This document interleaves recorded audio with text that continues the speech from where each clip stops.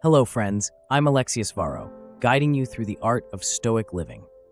Today, we're diving into an insightful teaching from Epictetus, found in the Enchiridion, chapter 15. It's a lesson in patience, gratitude, and gracefully navigating life, all wrapped neatly in the metaphor of a feast. So let's uncover how this ancient wisdom can transform our modern lives. Imagine yourself at a grand feast. The dishes circulating the table are all appetizing, each one more tempting than the last. Now picture this. There's a particular dish you're eyeing. As it approaches, do you grab it hastily from someone else's reach?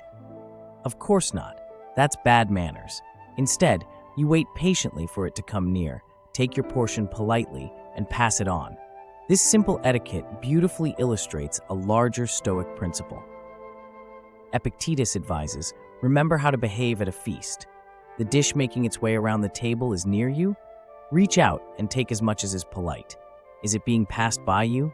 Don't hold it back. Hasn't been brought to you yet? Don't rush forward in your desire. Wait until the dish is near you. So what can we learn from this? Well, let's break it down. First off, patience. When you see something you want, be it success, wealth, or even a personal goal, remember that it's okay to wait.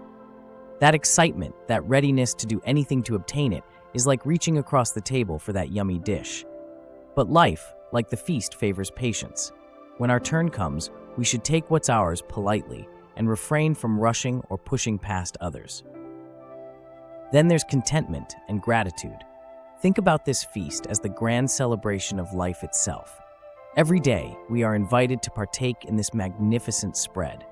How lucky are we to be at this table?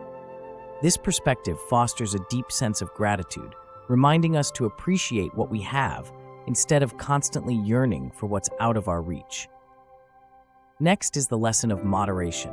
Savor what's in front of you, enjoy the flavors, but avoid overindulgence. Gluttony, whether it's with food, wealth, or experiences, can lead to imbalance and harm.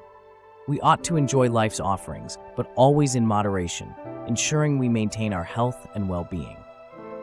A significant part of attending a feast is also remembering our role once the meal is over. It's polite to help clear the table and wash the dishes, a gesture of altruism. In life, this translates to giving back, contributing to the community, and helping others without expecting anything in return. This mutual support enhances our shared experiences and builds stronger, more resilient communities. Finally, hosting. At some point, perhaps sooner than you think, it will be your turn to play host. When that moment arrives, treat your guests as you were treated. This is not just charity, but a reflection of compassion and humility. Offering what you have, sharing your blessings, ensures that the cycle of generosity and kindness continues.